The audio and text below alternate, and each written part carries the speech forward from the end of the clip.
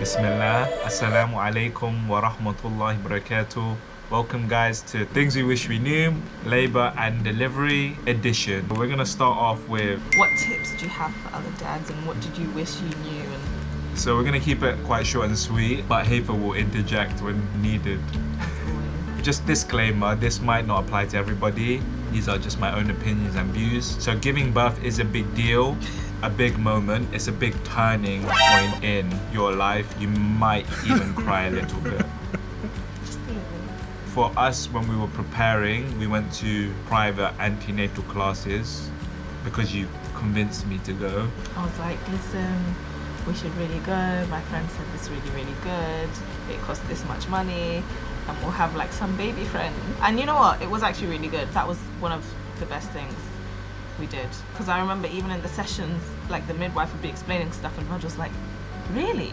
Does that actually happen? And I'm like, oh my God, yes. And he's like, no, yeah, it does. Even things like baby first aid, really good to do. Don't just rely on the one-day sessions. You're not going to remember it. It's better to stretch it out over months. Dads, you're not going to be looked after. They only care about the mums in the hospital. So if you need to, then please prepare your own bag, you know, toiletries, clothes, even your own snack bag, because there's nothing for you. Don't assume that your wife has packed your bag for you. I mean, I did pack your stuff, but that's because I'm just like, yeah, amazing. Be done. But I think don't expect that your stuff is just going to be ready. Like if you need to brush your teeth, your wife doesn't want to share her toothbrush. So just have your own stuff, your own snack. And basically be prepared for everything and anything. You could just be waiting, sitting on your hands, twiddling your thumbs, but some pregnancies are very quick and it can really change very quickly. So be prepared. I think because, just to mention, because it was just before the rules had changed a bit. It's like he couldn't leave the hospital once he got there until the baby was born. But afterwards, they let you go to the shop. No, I could go to the shop. Really? I just needed a wristband. Oh, okay. Alright, never mind. There will be midwife checks. They will come every half an hour to an hour, depending on how busy it is. Some days it will be really busy because there's lots of women giving birth at the same time, and other days it might be quite quiet. I mean, our midwife just stayed in the room with us. So as dads, you need to be quite familiar with the birthing plan. What does she need? What does she want? What kind of pain medication is she willing to accept? For example, there's gasandair, then there's epidural, and then there's other medicines in between. What do you want? What are the risks? What are the benefits? You need to know. Hafer wrote here that men don't get a say in pain management of their wife. Are you having the baby? So if I want the epidural, I'm gonna get the epidural. And if they want to give birth in certain positions, then they can. It's up to them. Yeah. The hardest part of birth is not the birth itself, it's the journey afterwards. You're a new dad now, you're gonna have to live with it. It's yours 24/7. There's no refund, there's no exchange. It's your responsibility and good luck basically. Do what you can. So the hardest part of labor for me was just being quiet for almost the whole day, because during the ebbs and flows of pain, Hafer would say, why are you talking? Can you just stop talking? I mean, she'd give me the death stare. And once she was getting really dehydrated from the gas and air, the midwife would say to me, you know, offer her some water. And I said to the midwife, it's better that you do it because she won't listen to me. I think what you need to know as a man is what kind of birth partner does your partner or your wife want, right? I know that when I'm in pain, I don't want you to talk to me.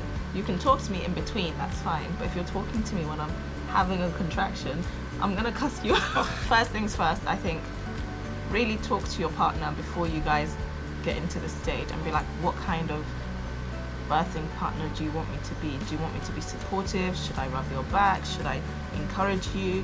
Should I offer you drinks? Or do you want me to just be quiet?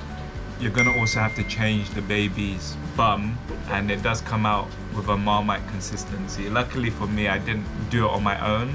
It was a bit of a struggle, but I knew from then till basically now that I'd always struggle with nappies.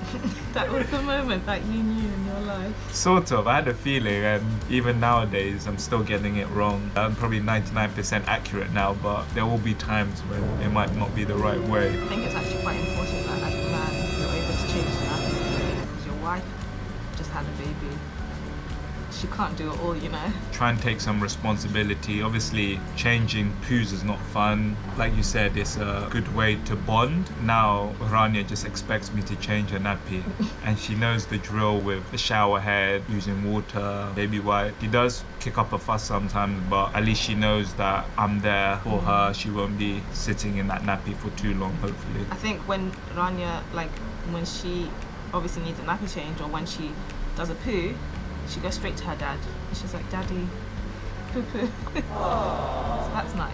I think that's really sweet, actually. The only thing that I'm working on now is getting a nice outfit ready for the baby. You want to dress them up in a certain way. I'm still struggling. There's always the odd colors, the pastel colors, the bright colors, mismatch of socks. So something that I'm still working towards, but there'll just be things that you weren't born to do perfectly, but as mums and dads, you're gonna learn a lot on the job, inshallah. So are you glad that you only had one birthing partner? Yeah. I think, like, as much as I love my sisters, I just think they would have stressed me out a bit, I'm not gonna lie. Like, I know if I'm in pain, don't chat to me. And you understood that quite well. I understood the assignment, guys. To be fair, I think that was something I was quite happy about.